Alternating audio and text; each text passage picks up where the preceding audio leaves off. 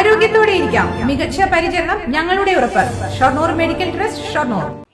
Ethanol നിർമ്മിക്കാൻ കേന്ദ്ര സർക്കാർ ഒയാസിസ് കമ്പനിക്ക് നൽകിയ അനുമതിയുടെ മറവിൽ മദ്യം ഉൽപ്പാദിപ്പിക്കാനാണ് സംസ്ഥാന സർക്കാർ അനുമതി നൽകിയിരിക്കുന്നതെന്ന് BJP സംസ്ഥാന ജനറൽ സെക്രട്ടറി C. കൃഷ്ണകുമാർ ആരോപിച്ചു. ഇതിന്റെ തെളിവാണ് കമ്പനിക്ക് ബോട്ട്ലിംഗ് പ്ലാന്റ് നിർമ്മിക്കാൻ ആദ്യഘട്ടത്തിൽ നൽകിയ സർക്കാർ അനുമതി കാണിക്കുന്നത്. എക്സൈസ് മന്ത്രി M. B. രാജേഷ് കമ്പനിയുടെ അംബാസഡറായി പ്രവർത്തിക്കുകയാണ്. ജലക്ഷാമം രൂക്ഷമായ മലമ്പുഴ മേഖലയിൽ ജലമൂറ്റ് കമ്പനിയെ പ്രവർത്തിക്കാൻ അനുവദിക്കില്ല. ഇതിനെതിരെ BJP ശക്തമായ സമരം തുടങ്ങും.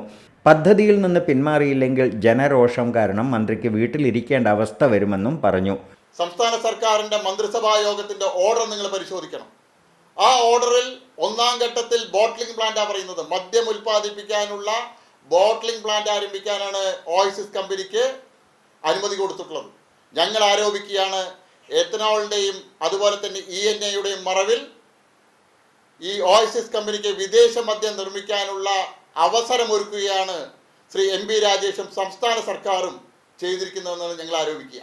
ഇത്തരത്തിൽ പോയാൽ ബഹുമാനപ്പെട്ട M. B. രാജേഷിനോട് ഞങ്ങൾക്ക് പറയാനുള്ളത്, താങ്കൾക്ക് ആ സ്ഥാനത്തിരിക്കാൻ കഴിയില്ല. താങ്കൾ മന്ത്രിസ്ഥാനം രാജിവെച്ച് വീട്ടിൽ പോയിരിക്കേണ്ട സാഹചര്യം വലിയൊരു ജനകീയ പ്രക്ഷോഭം മൂലം താങ്കൾക്കുണ്ടാവുന്ന ഓർമ്മപ്പെടുത്താൻ ഞങ്ങൾ ആഗ്രഹിക്കുക.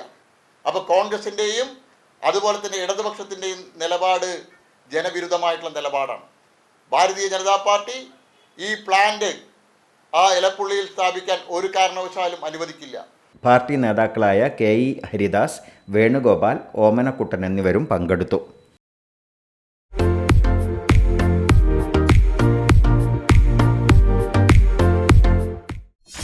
.view news. കാഴ്ചകളാണ് ലോകം. കണ്ടു തുടങ്ങുക.